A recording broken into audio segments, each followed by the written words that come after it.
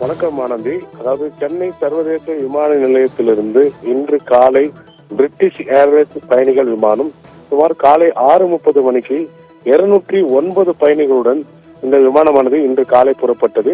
இந்த விமானம் அரபிக்கடல் எல்லை பறந்து கொண்டு இருந்தபோது அப்போது ஈரான் மீது அமெரிக்கா தாக்குதல் நடத்த தொடங்கியதால் மத்திய கிழக்கு நாடுகள் அருகே வான் எல்லை மூடப்பட்டதாக அறிவிக்கப்பட்டது. இதையடுத்து பாதி வழியில் சென்ற விமானம் மீண்டும் சென்னைக்கே திரும்பி வந்தது. சென்னையில் விமானம் தரையிறங்கியதும் பயணிகள் ஓய்வறையில் தங்க வைக்கப்பட்டுள்ளனர்.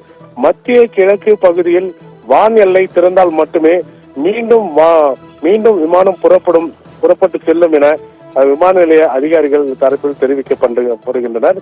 மேலும் பயணிகளை ஓய்வறையில் தங்க வைக்கப்பட்டுள்ளனர். ஆனந்தி, தகவல்களுக்கு நன்றி மனோகரன்.